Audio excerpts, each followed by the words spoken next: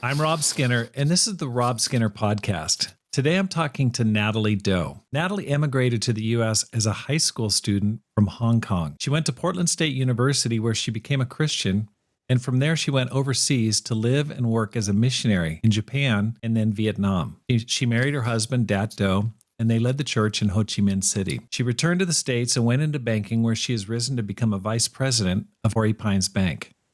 Find out more on the Rob Skinner Podcast.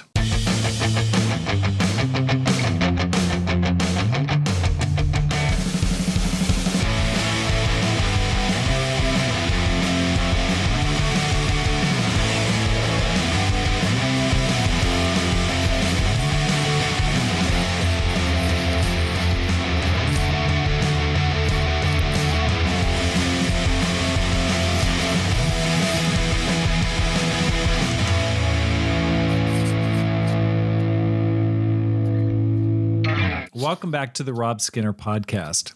My goal is to inspire you to live a no-regrets life, make this life count, and multiply disciples, leaders, and churches. Thanks so much for joining the program today. I am looking forward to talking to Natalie Do. And if you're listening to this, I am probably on sabbatical somewhere and enjoying a good time to rest and recharge the spiritual batteries. I want to encourage you this fall in October, we're going to have the Climb Small Church Leadership Conference in Michigan. And so I really hope you can make it. It's going to be the first weekend in October. So please join us for the Climb Small Church Leadership Conference. It's going to be fantastic. Natalie, welcome to the program. Thanks for having me, Rob. You were born and raised in Hong Kong. How'd you end up in the Pacific Northwest? I really wanted to stay in Hong Kong and continue to go on to universities, but the option was very limited. Hong Kong had 8 million people, and at the time, there were only 2 major universities. And a lot of my friends were thinking about, studying overseas, and I thought, hey, why not? That sounds exciting. And so I applied. I actually became an exchange student to Southern Oregon for the last year in high school. And talking about culture shock, I went from the city jungle to a small town of less than 2,000 people. And I learned how to ride horses, raise pigs, raise cows, and shoot guns, cut down your own Christmas tree. And it's a total contrast, but major culture shock, and what a fun time. And then after that, I thought about continuing on to university. And since I was already in the States, I applied, and I really love the state of Oregon. Oregon is such a beautiful state, as you would attest to that. So I ended up being in Portland State. I also got into University of Oregon, but it was so funny when I did the tour and I looked around.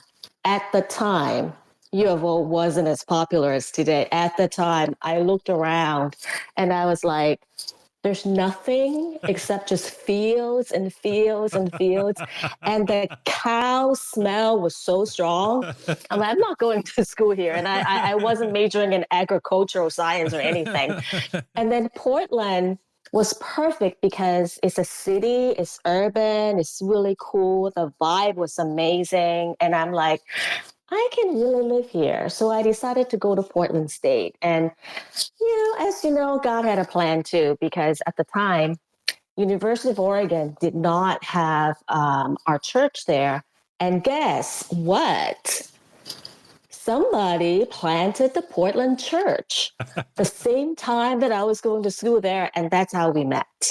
I met Pam at a campus devotional, and I know I'm jumping ahead, so you want me just to go ahead and it's really, get right into it? I appreciate it. I mean, it's really true. University of Oregon, Eugene is not, when you look around, especially if you're coming from Hong Kong, that's so dense in terms of population, to go to University of Oregon and Oregon State. Right. They're both, just out in the middle of a valley, and it's a very fertile valley, the Willamette Valley, but there's really nothing there. I mean, it's like, it's become popular because of Nike and Phil Knight and the money that's been put into it, the football and the basketball program. But really, let's face it, it's very agricultural area and very, if you like wide open spaces, it's a great place. But Portland Right. State it's a little secret. I mean, Portland State is the largest college in Oregon. It's the most populated. And it's right downtown Portland. It's just beautiful. It's Yeah. right there. And so, Right. well, tell me, how did you get invited to church? How did you become a Christian? So I grew up in a Catholic school because Hong Kong was a British colony. Especially during my time, it was huge in going to Catholic public school, wearing uniforms, and I remember having to recite prayers before and after school. There's a chapel in the school on the top floor, and we would go and hang out and pretend we're praying, pretend we're having our service when we were young, and we didn't know what was going on. So I was always interested in religions. My family is more like Taoism, so you worship deities, and there's a God in the kitchen, there's a God in the living room, and there's all kinds of gods watching you, watching over you in like all sorts of ways. And when I went to Southern Oregon as an exchange student, I was living with a Mormon family. So that was mega interesting. I was actually quite open-minded. I gave it a shot. And I decided that, that's not the truth that I was seeking. I'm being politically correct here. Right. and then and then when I went to Portland State, that is already by that time I had visited at least 30 churches because I was really seeking. I would hop on the bus. I would ask people to give me a ride because I didn't have a car at the time. I just wanted to find the true church, whatever that meant to me. I just knew that somewhere in the back of my mind, I needed to get baptized. I needed to know God, and I wasn't living a life full of sins. I was a typical young Asian woman who was very sheltered. But there's something inside me that was like yearning for something more eternal, something more spiritual. And so, of course, I was staying. I was staying with my Mormon family. One of the sisters lived in Beaverton. I was staying in their apartment, and of course, they knew I was looking for a church. And of course, they wanted me to go with them. And they said, "But you know what? You lived with us for a year. We didn't convert you. You're not going to be converted now." They were really realistic about it. And they said, "Hey, there's a new church that just came to Portland, and they were going door to door inviting people. And I think it's every Thursday night at 7:30. It's an apartment 2B." And I still remember. And it was a singles Bible talk. And I was like, 18 years old, super like by myself, a foreign student. And all I had was a suitcase of whatever. And I was like, "Okay, thank you for letting me know." And I had no idea who it was. I didn't have any phone number. So the very next Thursday evening at 7:30, I grabbed my Bible. At the time, there was no, we're old. This is 1991.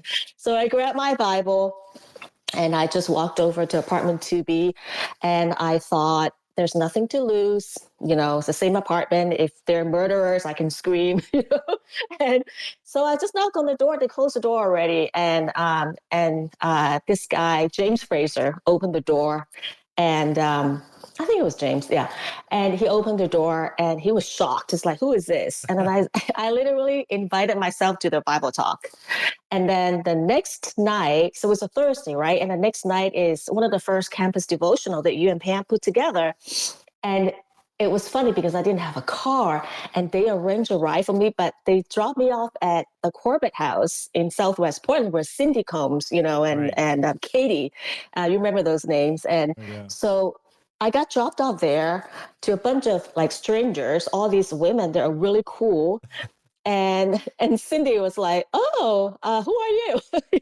And I said, "Well, I just got dropped off. I was supposed to go to like a campus thing, and then Katie dropped me off, and I had no idea how I was going to get home.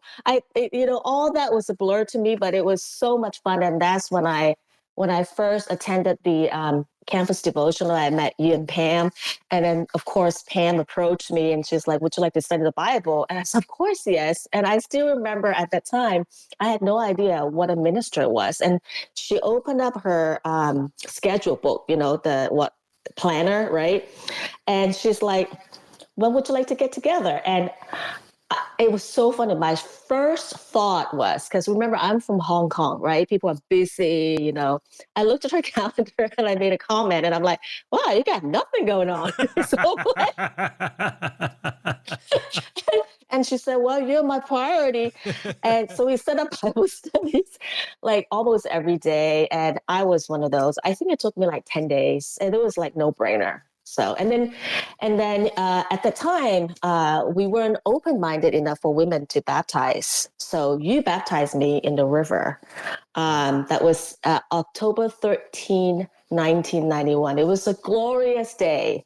That was Yeah. awesome. Okay, I remember that devotional and you coming and I preached a lesson and I remember you responding. We had like some comments and I remember you standing up and saying, "We need to evangelize Portland State University. We got to reach out. We got to make a difference here." And I'm like, it was like you were so confident. I was like, "Who is this woman?" And then I had no idea what I was talking about. I was just excited. What does it mean to evangelize? I don't know. It Oh sounded my, good. oh my gosh. One of the things that became clear early on right there and that I've seen throughout the years is you are extremely confident and you speak your mind. Where does that confidence come from, Natalie? I think that back then the confidence came from ignorance. I didn't know. And I was also the youngest of 10. I have 9 brothers and sisters, right? And in order to survive, being the youngest of 10, you got to be bold. You know, if you want that chicken wing, you got to go for it. You can't wait because there's 9 other people plus your parents. It's like over 10 people at the table trying to grab the best piece of meat, you know. Um, I also did a lot of singing. I was in dancing. So I did a lot singing, dancing, swimming, track, basketball, volleyball. It's not that normal as a young Asian female student to be involved in all those. I was also in speech. I was on TV when I was 12. A lot of stuff. So I think that gave me a lot of confidence. But when I was younger, when I first met you, when I was 18, that confidence came from ignorance. I didn't really know a whole lot. I was just confident because I was on stage. I was not afraid. But I would say the confidence I have today is from knowing God. Is also, you know, the older you get, the more you realize you don't know. So it also comes from a place of ignorance, but it's a wiser way of looking at ignorance. Like, hey, I don't know. So I'm confidently saying, well, Rob, I didn't understand what you just shared. Can you explain to me? That's more coming from a humility side of ignorance. I think that's where my confidence comes from. Well, let's just back it up a little bit. 10 kids. Hong Kong is not known for its large homes. How big was your home? What did your dad do to support 10 kids? What did that look like? Well, we were raised in government housing, like a lot of people. So my place was 2 apartments adjacent to each other. You think, oh, 2 apartments? No, they're like tofu size, like a standard, like the bedroom I'm in now, like 10 by 10. So 5 will be here, and then 5 in the other room. So you have no bedroom. You have nothing really, and I never had my own bed. You just sleep wherever there's space. So God prepared me for the mission trip to Japan, I guess. My gosh. That's crazy. Wow, that's amazing. Okay, so But you know what, Rob? That is not unique. America's big space is not normal. Most population on our planet do live like that. okay, so you became a Christian there in Portland. Okay, what led you to return to Asia? I mean, it's really I got to hand it to you. Leaving home in high school and then staying away, going to college, and that just shows incredible confidence. Then you become a Christian. What led you to return to Asia? I think there's like a theme in this podcast is that the Skinners made a lot of decision for me. I think when I was in college, I visited you guys, and David was just a baby. And I think you were living in Nishi-Eifuku, right? And I visited you guys. I was on my way to Hong Kong to see my family, and I loved Japan. It's like love at first sight. And then when I graduated, I started working. My first job was Airwear USA, which I have a story for that. It's the US distributor and marketing company for Doc Martens shoes from London. Used to be called London Underground. And when I graduated, I started working there. And then you and I and Pam, we were talking, and you were like, why don't you move to Tokyo and be part of the international ministry? We can really use you here. And at the time, I was like, okay, that sounded weird because I am not Japanese. I don't speak Japanese. But I always had, I always had it in my mind that wherever God calls me, I'll do it. I always had that attitude. I mean, there's nothing more clear than when someone asks you to leave, to move. So I thought, okay, that was a sign. So I decided to leave and, wrap up my job and move to Tokyo, Japan without a job there, but knowing that God, somehow would bless me with it. And I like to share this quick story with you. The biggest cost account to leave my life in Portland, Oregon. This might sound really silly, but it's really painful for me, and it's going to be very laughable for you and your audience. When I was at Airway USA, I created their consumer return program, so I left a legacy there. It was a very fun job, right out of college, the best job ever.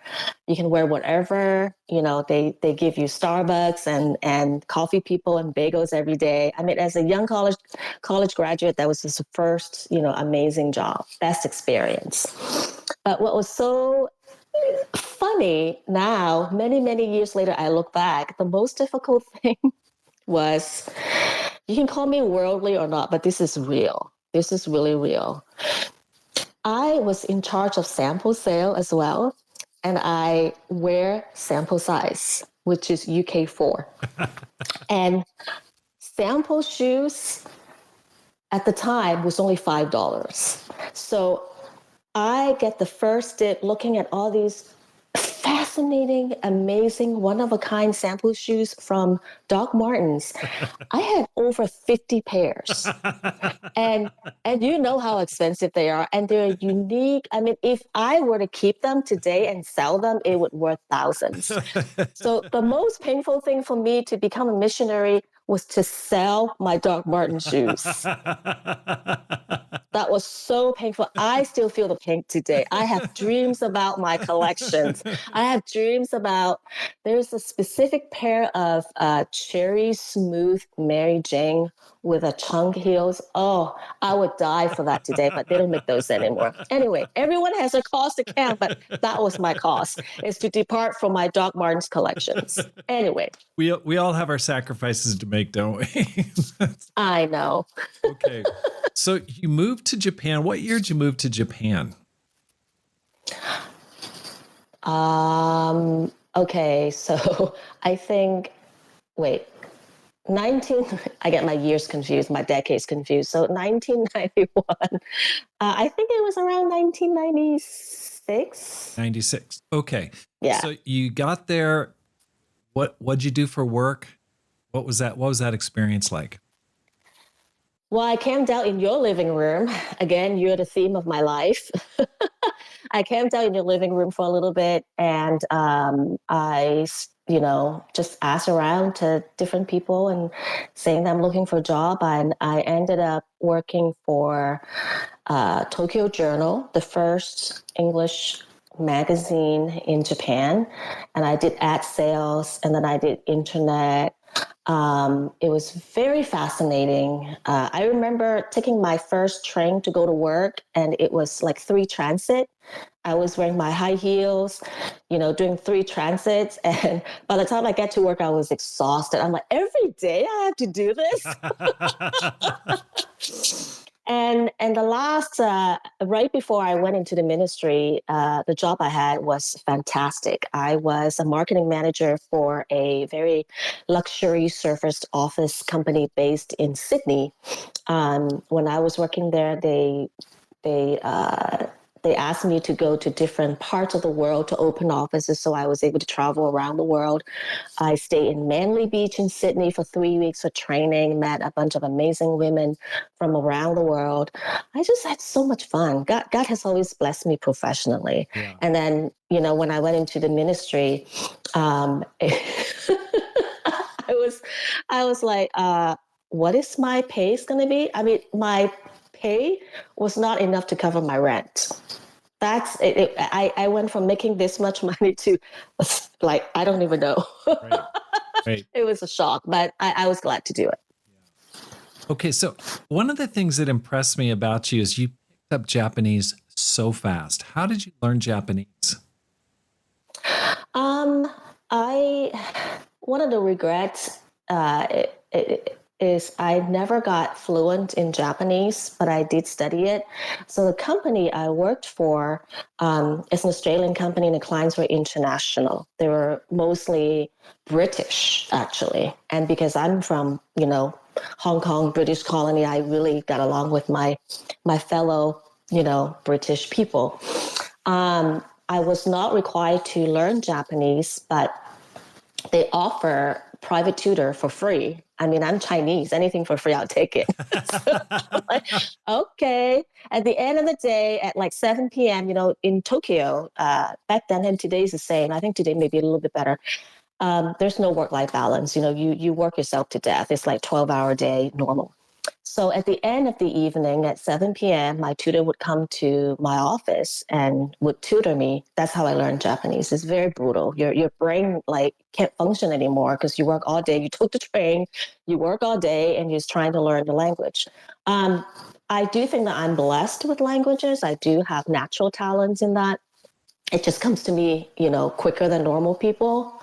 But I think I'm also getting older, so please don't ask me to learn another language at this point.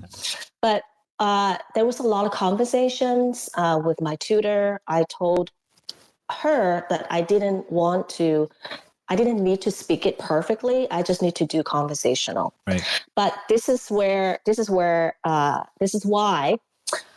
my Japanese never became fluent, is because at one of the events that I hosted, it was a property forum with the British Chamber of Commerce. And I had CP Richard Ellis, I have Fidelity, I have a lot of, senior level managers attending. They were mostly Americans, British, Europeans, Australians, and there were two Japanese there. Two local Japanese men. And I was trying to be impressive. So I did the introduction in Japanese. And I guess my Japanese was good enough that one of the Japanese men came up to me during break. And he was talking to me in Japanese, and he asked me to fetch him coffee. Because I started hosting in Japanese, he thought I was one of the secretaries. He didn't know I was the host. Oh my gosh. I was a host, and when he asked me to fetch him coffee, I immediately reacted. So instead of speaking in Japanese, and I just said, "Gomenasai, my name is Natalie, and I'm the host of this event. Coffee is in that direction." And then he immediately said, "Oh, gomenasai." He was so embarrassed, and then he got coffee, and that's when I realized my job didn't require me to speak Japanese.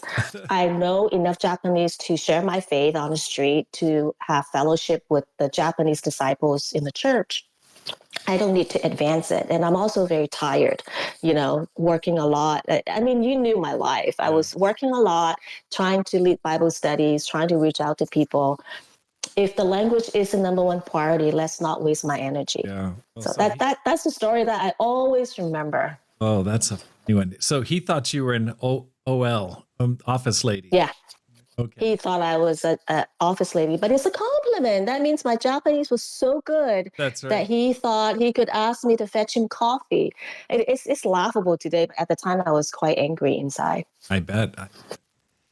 How did you see God working during that time? Do you have any memories of that time where you really felt like you saw God's footprints Where? In Tokyo? in Tokyo during the time you were? Japan is unique in just about every way, right? Religious speaking or not. Um, the most amazing thing about Japan is when you're out on the street, on the train, in the mall, at your office, there is absolutely no sign of God anywhere. Yeah, None. absolutely. None. And you look around, everyone's into themselves. Even before smartphones, everyone is just like, listening to their Walkman, and no one talks to each other on a train. No one laughs. It's very polite and almost like solemn, and there's no community. You really, the best way to describe it is just there's no spiritual spark. It's just kind of dull. But people are very disciplined, and the gardens are beautiful, and the people are beautiful. But you don't really sense, God's presence anywhere. But then when you walk into church midweek and Sunday, and you're like, what is this place? These Japanese are not the same as all the Japanese outside this building. Yeah. It's very, very obvious when Japanese become disciples, and I may just cry here. Their eyes are different, their face are glowy. And when you talk about, being a star, being a shining light to the country, the church was that shining light to that country. And it was absolutely beautiful and amazing. And that was a absolute added motivation for us to share our faith. Is people's lives are drastically different when they become disciples in Japan, more than anywhere I have seen. And I've been to a lot of places. Yeah, absolutely. That's a great way to describe it. I totally agree with you, Natalie. It's like a spiritual wasteland. I mean, there's no, Yeah. where's God? It feels so Yeah. empty, and it's hard to describe. I mean, you're right. People are disciplined. It's clean. It's safe. There's so many wonderful things about it, but spiritually, it's like there's no hint of God. There's no crosses that you can see. You don't see churches anywhere. It's amazing, and it can be really empty. And so you're right. The Yeah. church is just such a bright spot. So, okay. Right. So how'd you get to Vietnam? You're in Japan. I mean, you've gone to America, then you've gone back to Asia, but you've gone to Japan, then you end up in Vietnam. How did that happen? Again, there's a couple named Rob and Pam Skinner that play a key role in that. I honestly think that because I am so strong in my own ways, I really think that if I were single today, I would be single for a long time. I don't think I can date or get married easily because I'm so strong-willed and so picky. So back then, I was dating or going on dates, but I had such a hard time opening up and be humble and open my eyes to see what my options are, right? So I'm very grateful that my relationship with Dad was literally a setup from Frank and Erica Kim, Greg and Shelley Metten, the Beishes, the Skinners. I mean, I don't know how many people were involved in setting that up. I look back and I am grateful that we were set up to go on a date. So that's how we met, is through the church, through people setting us up. Okay. So it was long distance. He was in. Oh, yeah. He was in Vietnam at the time. And then we became good friends. Back then, we kept in touch via email. It was dial up, I remember. Right. And after that, he was struggling with being on a mission field. And then he went back to the States and he ended up in San Francisco. So, and when he was in San Francisco, he came to Tokyo to speak. And we spent time, and then we went steady, and we went long distance. It was November, I think. And then soon after that, he moved to Japan. We got engaged. We both joined the ministry, full-time ministry, with the plan that we would go back to Vietnam and lead the church there. So it's funny because it was a setup, but I also knew that if I were getting serious with that, I would have to move to Vietnam. And it was never my plan. It was never my plan to go to Japan. It was never my plan to go to Vietnam. All these things were way out of my brain at the time. But again, I have this thing, God calls me, I do it. That's right. That's right. Okay. So then you moved to Vietnam. What year did you get married? And then when did you move to Vietnam? 1999, July 24th, we got married. And then we went to Vietnam literally the next day. Literally. Honeymoon in Ho Chi Minh City. Oh, actually, no, that's a lie. Not directly, but the mission and the whole thing started the day after we got married. And so imagine we're newlyweds and we couldn't receive any gifts. So we asked people to give us cash. And by the way, you ask people to give cash, you end up receiving more. Just a tip right there.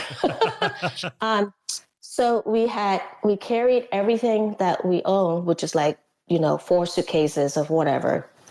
And we went to Cebu, Philippines, because there was a conference there. And so we had our honeymoon in Cebu and then a conference. And right after we went to Seoul, Korea for training with the Beige for about, I think, 3 weeks or 4 weeks. And we moved around to different places and learned a lot. And then we moved to Ho Chi Minh City and we were staying in really cheap hotels until we get housing. It was a whirl. We're living off of suitcases for like weeks.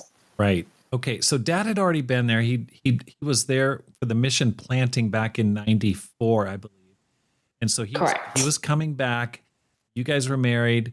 Okay. Just give me your first initial impressions of arriving in Saigon or Ho Chi Minh City. Sticky. Humidity. Okay. Yeah. Your whole face melts. and you feel like the humidity just zapped all your energy. And but I remember getting out of the airport. Back then, it wasn't as organized or clean as today. So the humidity, just attacks you right away. And then the whole church came out. And of course, I didn't speak a word of Vietnamese at the time. And so I just, hello, xin chào, xin chào. That's all I could say. And just hug everybody. It was also love at first sight. The sisters, the brothers were amazing. It took no effort to love them. They were just amazing. You just look at them and you're like, this is a place that I would live forever and give my heart. So that's just how it was for me. It was very natural. It wasn't a sacrifice. It wasn't a denial. I think my heart was already in the right place, and it was just kind of. It was just there. It was very natural. Okay, so you get there. You had to pick up the language. How'd you do that? How'd you acquire the language quickly? Okay, so in Japan, I wasn't required to speak Japanese. In Vietnam, I was on my own terms. Now, a lot of times when people become missionaries, you don't have to speak the local language to be successful. But for me, I made it my goal that I would do it. So it was my own requirement for myself. And so I hired a private tutor. She would, in Vietnam, is very cheap. And so she came to my house and started conversing. To me, it's not important that I write, it's important that I speak. So I focus on the speaking part. And she was really amazing. And she came 2 times a week. And then I said, let's pick it up. So we did like 5 times a week. And then to my surprise, I became pretty fluent in about 3 months. To my surprise, and because I was really eager, and my motivation is this: I started doing Bible studies, and I would, do it in English, and then a sister would translate into Vietnamese, and somehow I just knew she wasn't translating it correctly, and I'm like, this is the word of God. It cannot be wrong. It just cannot be wrong. So I thought, the best way to ensure that this is done correctly is not to ask the sisters to up their English, is for me to up my Vietnamese. So I started I don't care how foolish I looked, and I just speak it, and I allow people to correct me, and I want people to correct me when I don't speak it correctly. And I became fluent. I was able to preach, to be able to study the Bible, to be able to have very deep time, I think within 6 months. Okay, so what, what did it help you that you spoke Cantonese already growing up? I mean, were there points of crossover where it's like, okay, this is helpful? Are there similarities in the language? I mean, that's really fast that you're picking it up in 3 to 6 months. Yeah. So I grew up speaking Cantonese as my native, and then I had to learn English because Hong Kong was a British colony. And I was in a pilot program to learn Mandarin when I was in elementary school. So I grew up speaking 3 languages. And Vietnamese has a lot of similarities to Chinese. It's kind of like Spanish and French, right? It's different, but you still have to learn it. I would say there are, a good number of high-level vocabularies that are similar in sound. For example, and this is also Japanese too, right? Telephone in Japanese is denwa. In Cantonese is dinwa. Vietnamese is điện thoại. Oh my gosh, that's crazy. Yeah. Yeah. Okay, so there are some that's great. That's super helpful. But still you learned it so fast. Okay. Yeah, I know.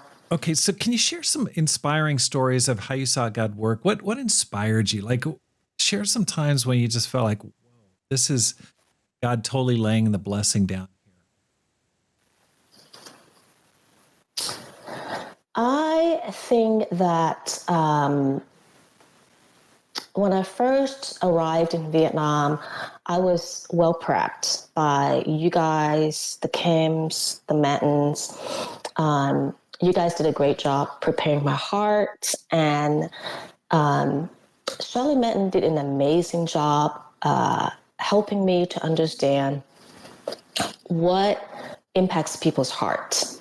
It's not the number of people you share. It's not how bold you are. It's not how committed you are, how hard you work. It's about how you connect with others. And I have done a lot of things when I was in Vietnam, focusing on connecting the hearts. So I remember making 3 dinners. 5 p.m., 7 p.m., and 9 p.m., 3 groups of people coming to my house. I really upped my cooking skills and baking skills. I focused on being hospitable, having people over, because Vietnam, in today is still the same. It's very illegal to gather. So it's an underground church, right? So you can't just go out, share your faith. And so I just cook, and I invite the sisters and the brothers to bring their friends over, and we just have a meal. And when you share love, that's when Christ it just comes out. Right. It's not from anything. It's really from love. So we did a ton of that. And I see, we just went back to Vietnam actually a few weeks ago. I see the same thing, when we have people gather together, eating, fellowshipping, and you just feel the vibe of God. You just know that this is God's house. But I have to say that the Vietnamese people are very resilient and very talented, very committed, very passionate. They are really, really faithful despite of obstacles, despite of the church being illegal. At the time, there was no cell phone. There's cell phone, but there's no smartphone, and we would be able to gather together and have different groups meeting together in different parts of the city and worship. Because of underground nature, we have to keep everything fluid and flexible. So we don't know where church is going to meet until like an hour before. And then somehow it would be 100% attendance. Everyone was there in the karaoke. We would sing karaoke and then have service. And somehow, some way, we were growing and thriving without a lot of the fancy buildings or structures that you're thinking about. It's just pure heart, just heart. That's it. Wow. Awesome. Okay, so what brought you back to the States? You've gone to the U.S., back to Asia, back to the States. What brought you back this time? Stomachache. It sounds funny, but it really is. So I later in life I learned something called endometriosis. It's the lining of your uterus growing or found outside of your uterus. So each month when you have your period, it's very painful. And I had that condition since I started my period as a young girl, and I didn't know that until Dad and I were trying to get pregnant, and we were infertile. And in 2003, my endometriosis, at the time I didn't know, but I had such painful periods. And then I was very, very skinny, and I actually could see the lump in my lower abdomen, that the endometriosis was so big, I could see it. That's how big it was. I thought it was cancer. I was scared to death, and went into the emergency room, and then they said, "Oh, you have endometriosis." I said, "Endo what?" and so, and she was French. It was in Ho Chi Minh City, at an international clinic. She was French, and I couldn't understand her accent, and so I tried to understand what that was. And then I literally had to fly to Immigrant, Thailand, Immigrant Hospital for an emergency meeting with the doctors there. And then they said, we don't have the facilities, we don't have the knowledge to help you do a reconstructive surgery. We would just have a hysterectomy. You will not be able to have children. If you're from America, you should do this in America. So we flew back to LA, and during that flight, I think I was on so much pain meds. It looked like Dad kidnapped me on the plane. I had no memory of that plane ride. I had to have a doctor's note, and I think he was carrying me, and I was just like hallucinating during that flight. We landed at LAX when we went straight to UCLA emergency room and literally had an emergency surgery. And thank God for medical science. They were able to do reconstructive surgery, took out my endometriosis, and I was able to get pregnant 2 years later. I had Jet, and then I struggled with secondary infertility, had 2 other surgeries after that. And now I'm in menopause, which is good news because I no longer suffer from painful periods. Wow. That's amazing. Yeah. You didn't think that menopause would get into your podcast, huh? No. It wasn't on my script. It definitely was not one of the questions I was going to ask you. Okay. So that brought you back, but you stayed, or did you return after your surgery? What was going on? Everybody advises not to go back because of my health, and I really wanted to have a child. I was in my early 30s, had this surgery, and I thought if there's any shot of me getting pregnant, I better stay in the States. And also, we were in Vietnam for a while. We were always prepping for the local to take over. So it's the time for local disciples to lead and shine, for us to step aside. So we decided to stay and to focus on my health. And I was able to get pregnant a year after that.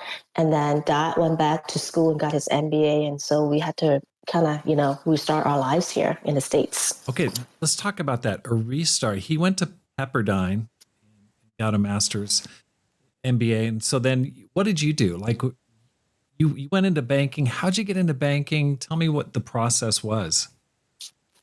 So I was always working, right? Even in Vietnam, because Vietnam was an underground church. So I did corporate training and marketing, always doing full-time professional job and do church at the same time. So my resume didn't have a lot of gaps, but it was not the best time to look for a job in 2003. And I did not have any luck in marketing jobs.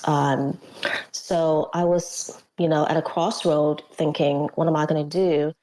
And Dad was a corporate banker for Credit Lyonnais when he was in Ho Chi Minh City. And he said, hey, Natalie, you're going to be a really great banker because you're very personable, you're good with numbers, you're very smart. And then I said, I don't know anything about banking, and I'm not going to start as a teller, no way, or personal banker. And he said, well, just look around. But he planted a seed in my mind to think about banking. And so I was looking, and then at the time, Bank of America was hiring leaders that are in non-banking field that they wanted to train them to become bank managers. So I got hired right away, and I went into training for 6 months. I love and hate Bank of America. I love that they picked me up at that time, but I hated that it's such a circus over there, because it's crazy. It's one of the largest money center banks in the world. And after my training program, they threw me one of the top branches to manage in Manhattan Beach. And it was crazy. And I was there for about 10 months leading, being a bank manager straight out from training. It was very humbling experience, but my team was very supportive. I learned a lot from my people, and I also treated them really, really well and respectfully. And I gave them raises that they never had.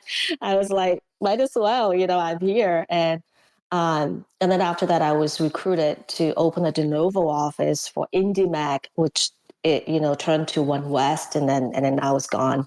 And then after that, I was recruited by the bank that I'm at right now, Western Alliance Bank. Western Alliance Bank. I thought you were with Torrey Pines. Is that? Yeah, Torrey Pines Bank is a division of Western Alliance Bank. Same bank. Okay, so yeah. How many years have you worked with that company? I've been with Western Alliance Bank for about 13 years now. Okay. You've risen up really fast. I mean, when you share with me what you're doing, it's like, whoa. What's been the key to your success in the secular world, in your business environment? I think that my life I have lived and served in 6 different churches in 6 different countries in Asia. I lived in Tokyo, and while I lived in Tokyo, I traveled to many different countries and worked in different environments. I have seen the poorest and I've seen the richest. I think my life experience equips me to be somewhat an interesting person to chat with. And in the private banking world, your clients really appreciate a banker that is, not just a simple person who's been in banking all her life. There's a lot of things about my clients that I could relate to. But the big thing is, because of my life experience, I'm not easily impressed by anything. Nothing really impresses me except spiritual things, right? So when I meet with someone, walk into their gigantic mansion in Holmby Hills or Birch Streets, in Hollywood Hills, walked into this, $130 million mansion, having a meeting, I'm just not. It's just another house to me. I don't go in and say, "Oh my gosh, Mariah Carey used to live here." It is a true story. I went to a former Mariah Carey's house for one of my meetings, and everyone was, at least a billionaire, and I just did not feel intimidated because it didn't mean that much to me, and I think that helps me. And I'm very honest, very authentic. And when I meet with a prospect and they say, "Hey, is this the right bank for me? Can you do this for me?" And if it's a no, I just tell them it's not a good fit. Yeah. I think, JP Morgan Private Bank is a better fit for you. I'm just very honest, and I'm not afraid to say no to people, and I'm also not afraid to ask. If it's something that I want, I would just simply tell them, "Hey, what about this?" So just being honest, being yourself, being authentic is all the virtues that a good disciple should have. I embrace those, and I think that's what makes me successful, is all the spiritual virtues that I learned from being a disciple. Wow. That's awesome. It's not about skills. How do you stay strong in a secular environment?